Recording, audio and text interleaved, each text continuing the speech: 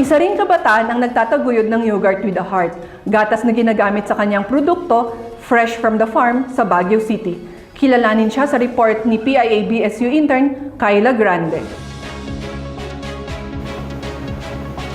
Isa na namang grupo ng kabataang estudyante mula sa Benguet State University ang nagpakita ng sipag at determinasyon sa negosyo. Ating kilalanin ang mga young entrepreneurs sa likod ng masustansya at makabagong yogurt drinks.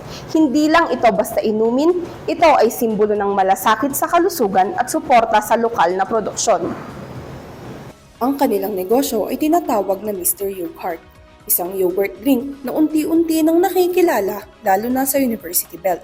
Sa kabila ng pagiging estudyante, pinagsasabay nila ang pag-aaral at pagpapatakbo ng negosyo.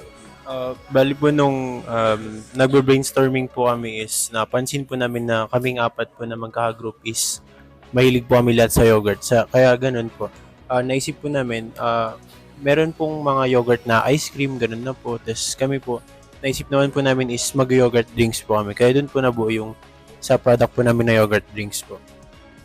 Ang gatas na ginagamit nila ay direkta mula sa dairy farm ng Baguio Animal Breeding and Research Center o BABRC.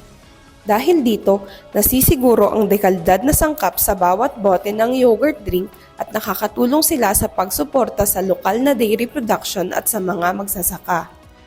Isang goal kasi ng Mr. Yogurt is to support our local production.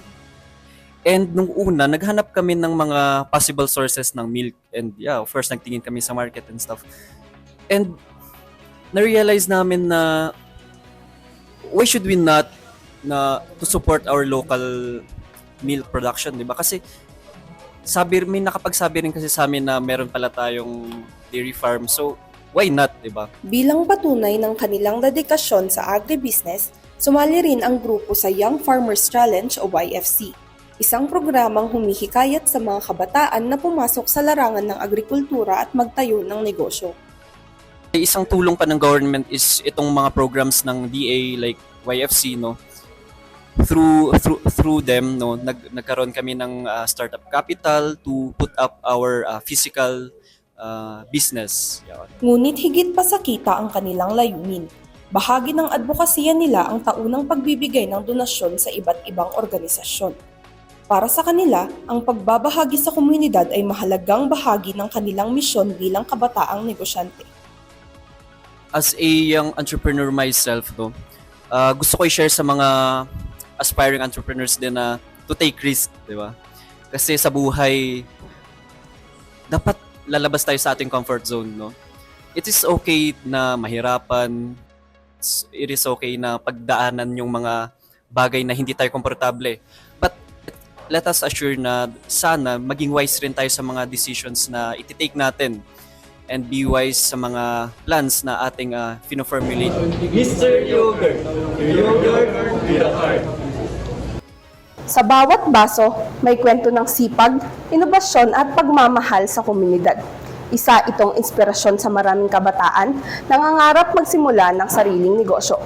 Pinatunayan ng mga estudyante na ang tunay na tagumpay ay hindi lamang nasusukat sa kita, kundi sa positibong epekto nito sa komunidad. Gaya nga ng kanilang temang Yogurt with a Heart, pinatunayan nilang mas nagiging makabuluhan ang negosyo kapag may puso.